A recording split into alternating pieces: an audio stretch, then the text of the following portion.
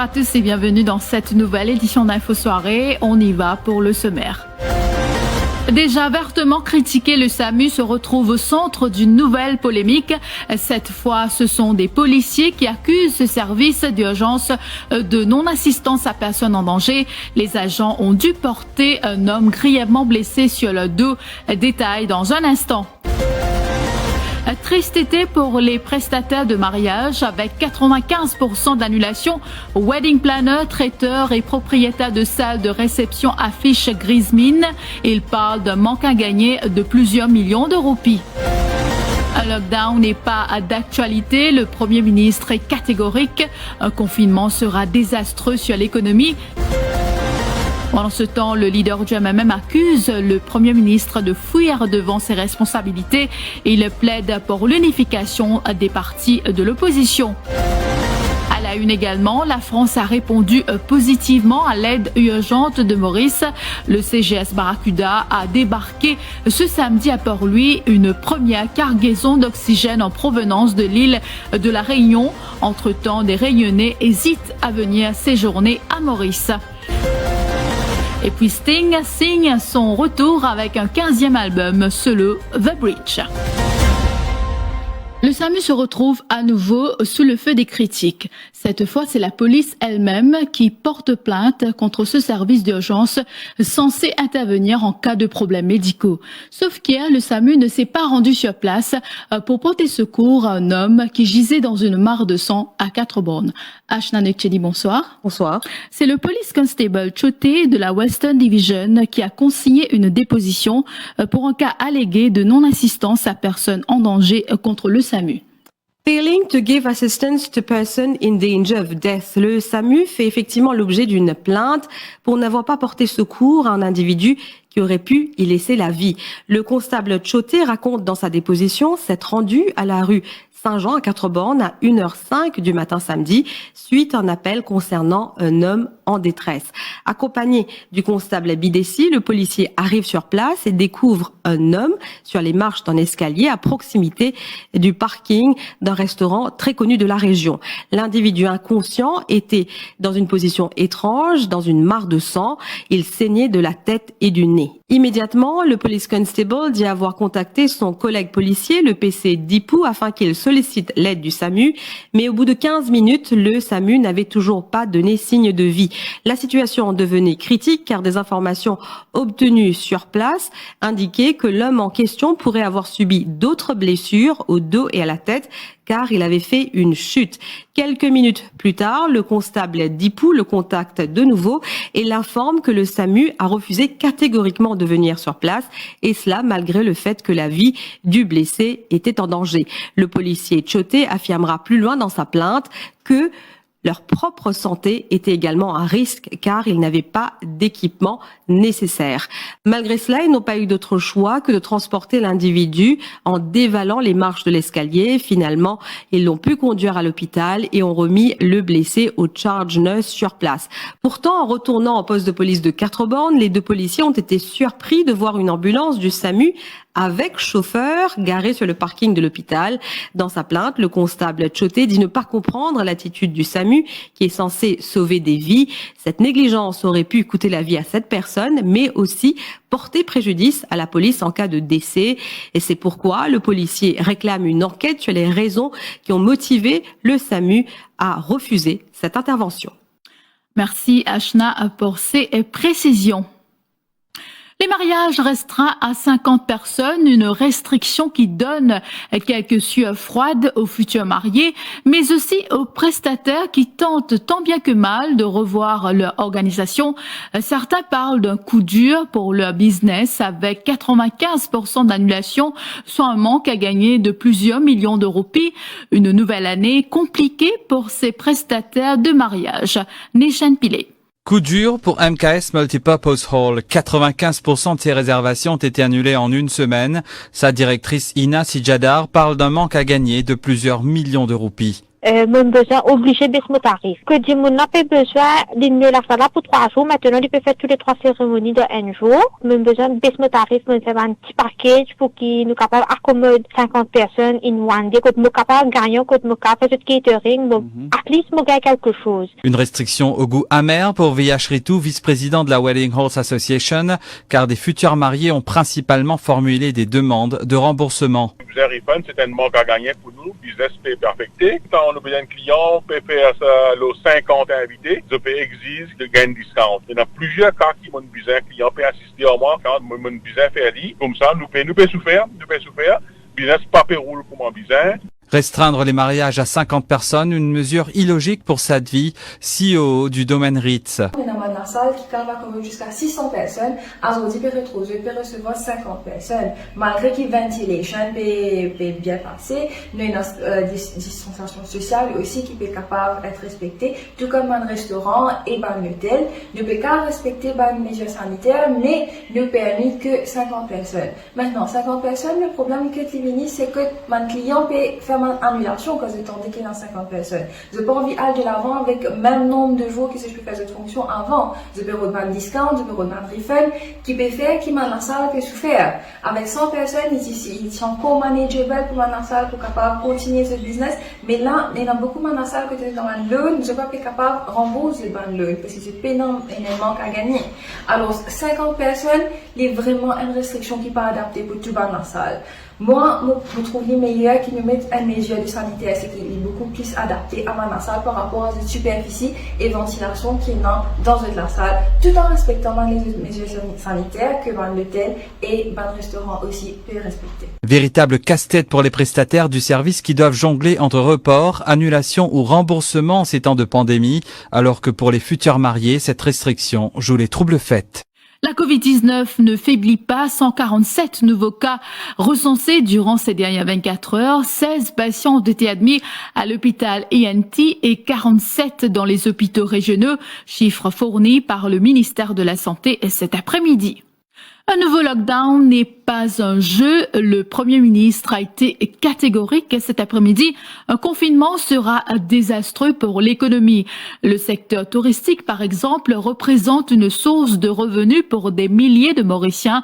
Pravin Jugnauth a vivement critiqué une partie de l'opposition, notamment Xavier Luc Duval, pour avoir brandi la lettre du ministère de la Santé sollicitant l'aide urgente de l'île de la Réunion pour l'approvisionnement en oxygène. Concernant la situation de la Covid-19, le chef du gouvernement dit ne pas savoir si Maurice a déjà atteint le pic épidémique. Il a participé au dévoilement d'une stèle en mémoire à la policière Dimple Ragou au Bovalo Mall. Le lockdown, il n'est pas une badinale ça. Il y a une affaire extrêmement sérieuse. Lockdown, nous devons faire bien attention parce que nous avons l'économie.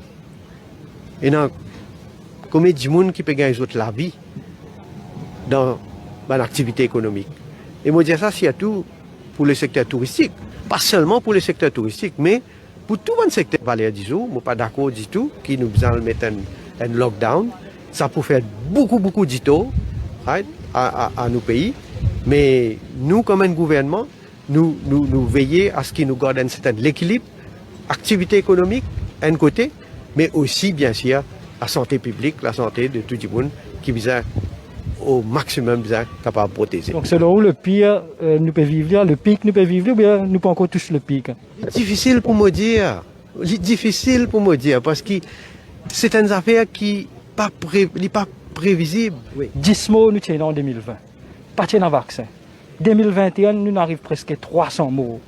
Qui pas mort, c'est pour qui tous ces mots là, et l'autorité nous trouve, ce que nous pouvons constater, est-ce que nous avons un service de santé dépassé par les événements ou bien une restriction là pas assez sévère? Non, encore une fois, je voudrais dire, ça prend la peine pour me expliquer. Nous sommes capables de mettre restrictions, mais je dire, par exemple, dans un cas, quand nous avons besoin, ça peut mettre une restriction plus sévère encore. Parce qu'il y a des gens, malheureusement, ne peuvent pas respecter même restriction là. Mais si nous continuons comme ça, c'est évident qu'il peut gagner plus beaucoup du monde contaminé. Ou service de santé, par exemple? Non, il n'est pas le service de santé. Au contraire, moi, besoin saluer tout ce personnel de la santé qui peut travailler d'arrache-pied. Hein. Moi, besoin dire, nous reconnaître, nous travail dur, nous travail d'arrache-pied et moi saluer le travail que le ministre Jagat Pal peut faire. Moi, je réitère entièrement mon confiance dans le ministre Jagat Pal. Nous pas une situation quand c'est pas un manque Lili ou bien quand l'hôpital est débordé. Comment une route faire quoi hein? Ça, moi tout ça franchement révoltant. Quand vient dire des affaires comme ça qui pas vrai. Si Pravin Jugnauth n'a pas épargné Xavier-Luc Duval et Paul Béranger, il apprécie les bons mots de Navin Ramgoolam à son égard. Paul Béranger peut dire qu'on peut sauver aux responsabilités grammaires. Hier, Xavier Duval dit qu'on peut sauver pour Lead the Nation.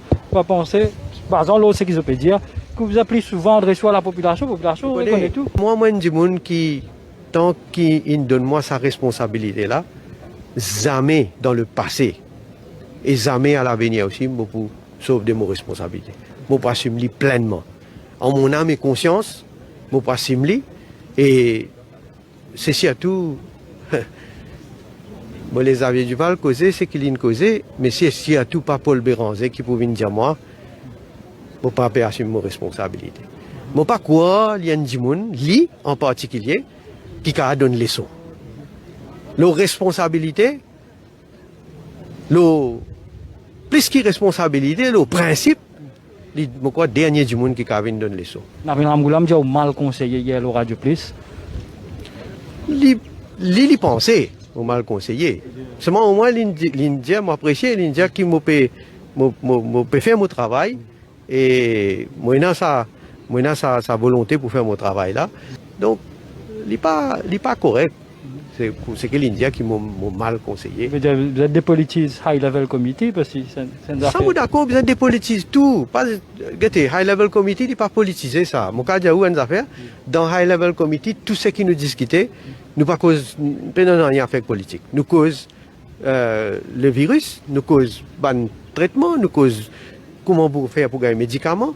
Tout ce qui nous causait, c'est qui manière pour parer à sa pandémie là. Docteur Ramgoolam dit qu'il a donné un coup de main sur un contact, vous pensez pour contacter lui?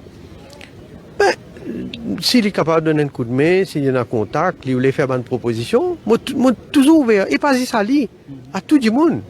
Même du monde qui m'a critiqué. Paul Béranger, ça veut dire. Oui, s'ils ont une proposition, moi ouvert, moi là, moi à l'écoute. Ou même qu'ils ont lancé la table ronde là, un comité, monsieur le Premier ministre. Nous pas combien la table nous pouvons faire. Nous besoin agir et nous besoin une collaboration tout le monde. Il ne faut pas du monde à le faire politique, le malheur les autres du monde. Ça qui pas besoin. Paul Béranger tire à boulet rouge sur le Premier ministre. Il fuit ses responsabilités selon le leader des Mauves. Face à la presse ce matin, il a critiqué Pravin Jugnauth pour n'avoir pas répondu à la private notice question du leader de l'opposition au Parlement hier et d'avoir désigné le ministre de la Santé pour le faire. Pourtant, cette question qui portait sur le nombre de décès et la situation de la Covid-19 en général était très importante selon lui. Il qualifie cela de lâcheté.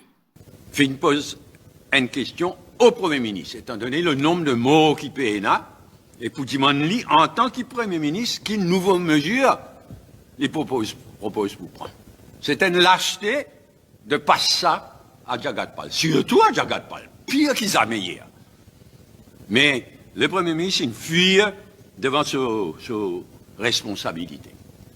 Mais dans l'intervalle, incompétence peut continuer. Nous connaissons qui est arrivé côté FMC à l'école, au moment que le acting prime minister peut casse paquet dans le Parlement, la ministre peut fermer toute l'école pour dire que dans l'école va vous fermer, et puis il n'y a aucune raison de fermer. Au même moment, la ministre de l'Éducation peut faire fermer tout l'école. Mais là, ça cafouillage, les 50 ou bien 10 personnes dans l'église, dans une fonction religieuse, inacceptable.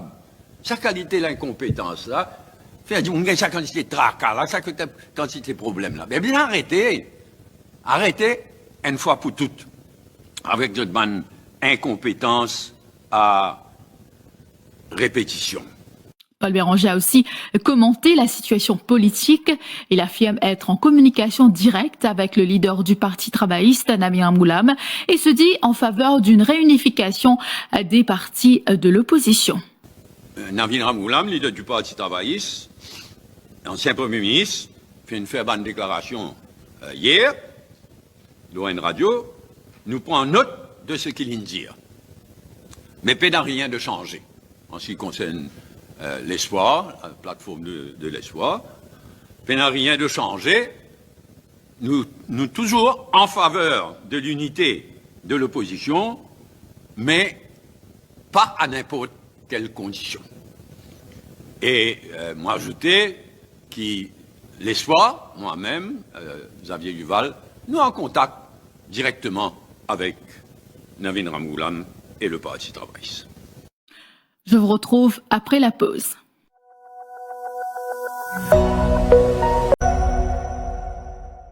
Pancarte en main, plus d'une centaine de Rodriguais ont manifesté de Bélascar à Port-Mathurin ce samedi. Elles réclament que les autorités imposent une quarantaine de 14 jours à Rodrigue. Vous le savez, les vols commerciaux vers Rodrigue ont été suspendus jusqu'au 30 novembre. Tico Robertson, du mouvement citoyen anti-Covid, réclame que le coût de la quarantaine des voyageurs soit payé par l'État. Écoutez. Ce droit à la santé, pour que sa quarantaine-là, est payé par l'État-providence. Parce que dérouper peut tirer le sac litre l'essence, sac litre diesel, qui peut vendre le tout feeling dans Maurice Rodrigue. Ticket litre l'essence, consommateur, servi par jour. Ticket dérouper ramassé, ticket millions l'hiver, avec sa million là. Prends là-dedans. Pour sauve Rodrigue contre Covid, pour payer sa quarantaine là, pour garder nos pays Covid free, Covid safe. Je vous le disais au sommet, la France a répondu rapidement à la demande d'aide urgente de Maurice. Le CGS Barracuda a débarqué ce samedi à Port-Louis une première cargaison d'oxygène en provenance de l'île de la Réunion. Oxygène destiné au traitement des patients atteints de la Covid-19. Il s'agit de la première d'une série de 7 rotations prévues entre Maurice et l'île de la Réunion. 7 réservoirs d'oxygène au total seront acheminés à Maurice. C'est le consul honoraire de Maurice à la Réunion, Younous Ravat, qui supervise l'opération à la demande de la préfecture de la Réunion. En tant que consul honoraire de la République de Maurice, j'ai été informé par la préfecture et l'île Maurice comme quoi il y aurait le Barracuda qui devait organiser une rotation pour justifier exactement des demandes que Maurice avait besoin. À l'heure où je vous parle, effectivement, la première rotation a eu lieu.